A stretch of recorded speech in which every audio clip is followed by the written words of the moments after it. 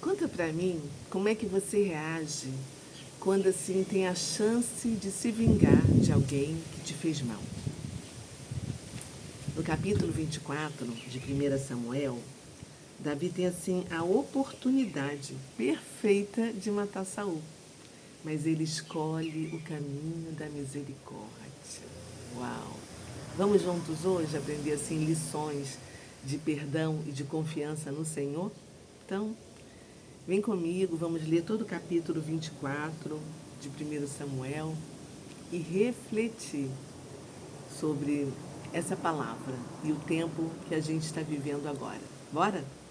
Então vamos lá. Bom, depois que Saul voltou de sua batalha contra os filisteus, disseram a ele que Davi tinha ido para o deserto de En-Gedi. Então Saul reuniu 3.000 dos melhores soldados de todo Israel e foi à procura de Davi entre as rochas das cabras selvagens. No lugar onde a estrada passava por alguns currais de ovelhas, Saul entrou numa caverna para fazer as suas necessidades. Acontece que Davi e seus homens estavam escondidos na caverna. Agora chegou a sua vez. Os homens de Davi disseram em voz baixa: Este é o dia a respeito do qual o Senhor falou quando disse: Certamente vou entregar o seu inimigo nas suas mãos. Faça com ele o que você bem entender. Então Davi foi com todo cuidado, com toda a calma, cortou a barra do manto de Saul. Mas depois a sua consciência começou a atormentá-lo por ter cortado a barra do manto de Saul. Eu não deveria ter feito isso, disse ele aos seus homens. Que o Senhor me guarde de fazer tal coisa ao meu Senhor, de estender a minha mão contra o ungido do Senhor. Essas palavras de Davi contiveram seus homens, e ele não permitiu que matassem Saul. Depois que Saul deixou a caverna e continuou o seu caminho, Davi saiu da caverna e gritou para ele, dizendo: Ó rei, meu senhor! E quando Saul olhou em redor, Davi se curvou diante dele, com o rosto no chão, e depois disse a Saul: Por que o rei dá atenção às pessoas que dizem que eu procuro fazer mal ao rei? Hoje mesmo, o rei pode ver com seus próprios olhos que isso não é verdade. O Senhor colocou o rei nas minhas mãos lá na caverna. Alguns dos meus homens me disseram para matá-lo. No entanto, eu o poupei, pois disse: Nunca farei mal ao meu Senhor, porque ele é o ungido do Senhor. Vê isto, meu pai, que tenho na mão? É um pedaço da barra do seu manto. Cortei o seu manto, mas não o matei. Isso não convence de que não procuro fazer-lhe mal, nem rebelar-me contra o Senhor, e que não pequei contra a pessoa do rei, muito embora esteja me perseguindo para tirar minha vida? Que lindo, né? O Senhor julgue entre nós dois. Talvez ele o castigue pelo mal que o Senhor procura fazer-me. Porém, eu nunca farei mal ao rei. Como diz o antigo provérbio, o perverso age como o perverso, mas eu não lhe farei nenhum mal. A quem o rei de Israel procura apanhar? A quem está perseguindo? Deve ele gastar o seu tempo caçando um cão morto ou uma pulga? Que o Senhor seja o juiz e julgue qual de nós está certo. Que ele seja o meu advogado e meu defensor e me livre das suas mãos. Tendo Davi falado todas essas palavras, Saul perguntou: Realmente é você, meu filho Davi? E começou a chorar em alta voz.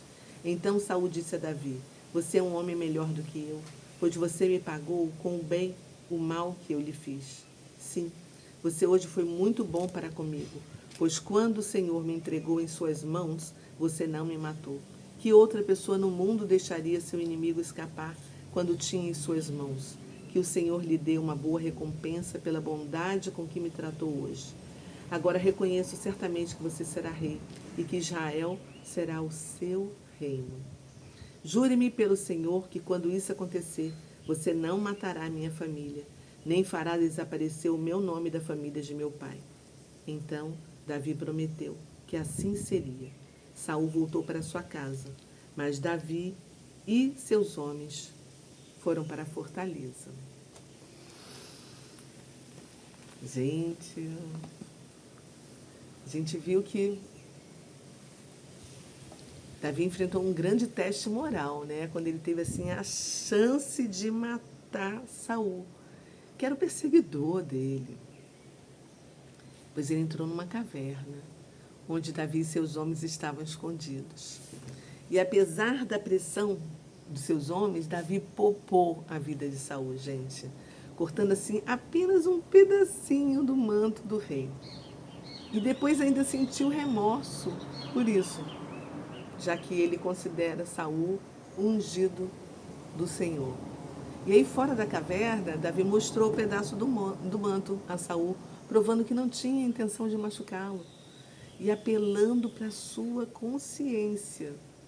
Aí Saul ficou emocionado e reconheceu a justiça de Davi. Admitiu que ele será o futuro rei de Israel e pede que Davi poupe a sua linhagem.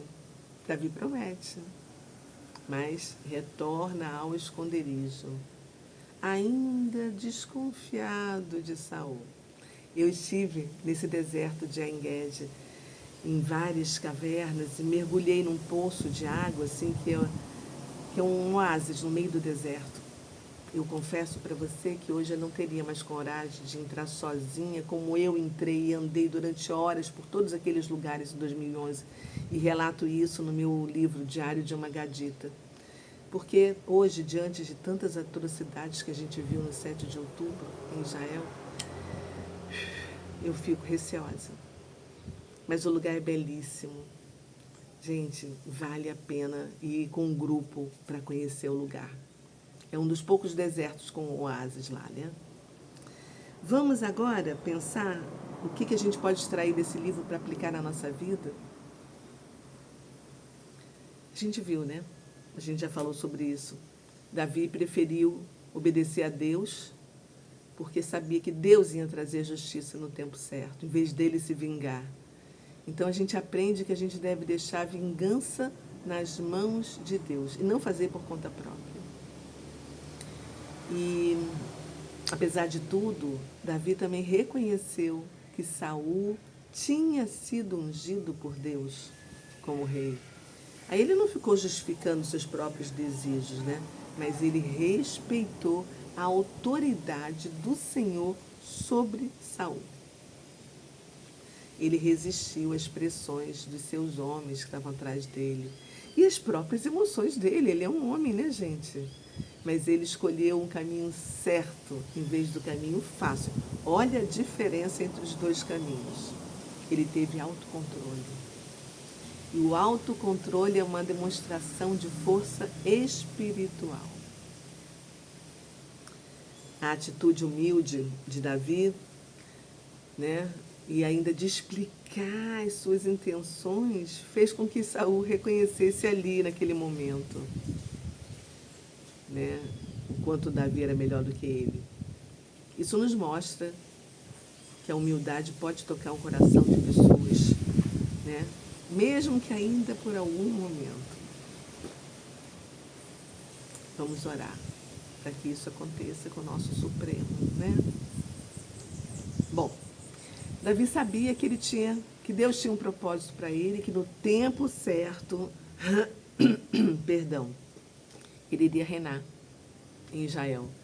Então a paciência dele e a liderança dele é um exemplo poderoso para mim e para você. Vamos refletir um pouco sobre esse capítulo? Então eu te pergunto, como é que você reage quando você tem a chance de retribuir o mal com o mal? Como é que você se sentiu depois de ter feito isso em algum momento na sua vida? Reflita. Será que existe alguém que você precisa perdoar, mesmo que você tenha motivos para se vingar? Reflita sobre isso. Você tem confiado em Deus para trazer justiça em situações difíceis? Quando a gente perdoa, Deus tira aquilo da nossa frente. É incrível. Eu vivi uma experiência essa semana com um rapaz que me deu um calote. E ele me devia uma grana alta. E aí ele veio falar comigo. E eu olhei para ele, eu não me lembrava dele, porque eu perdoei e prosperei. E ele me contou que Deus tocou o coração dele para ele vir falar comigo, porque ele afundou. Foi ele que me viu na rua e eu nem o reconheci. Eu fiquei olhando para ele estava completamente diferente, estava mais forte, musculoso. São coisas que acontecem na nossa vida. Perdoe. Vamos finalizar esse capítulo com uma oração a Deus? Ai, Deus. Quantos princípios em apenas um capítulo o Senhor nos mostrou aqui. Aqui o Senhor nos ensinou a importância do perdão, do autocontrole, do respeito pelas autoridades instituídas, mesmo em momentos de conflito, né? O Senhor nos ensinou a deixar a justiça nas tuas mãos, Pai, a confiar no seu tempo, no seu propósito maravilhoso, Pai. E nos mostrou também a diferença entre vingança e misericórdia. Ai, Pai, obrigada. A verdade, Senhor, é quem tem um Pai assim, tem tudo, não precisa de mais nada. Nós te amamos e nós oramos em nome de Jesus. Amém e amém. Vou ficando por aqui. Compartilhe com alguém que você acha que merece ouvir esse vídeo. Um amigo seu, uma amiga, eles vão ficar felizes de receber. Deixe o seu like, eu sempre esqueço de pedir. E ó, um beijo no seu coração. Amanhã tem mais. Fui, tchau.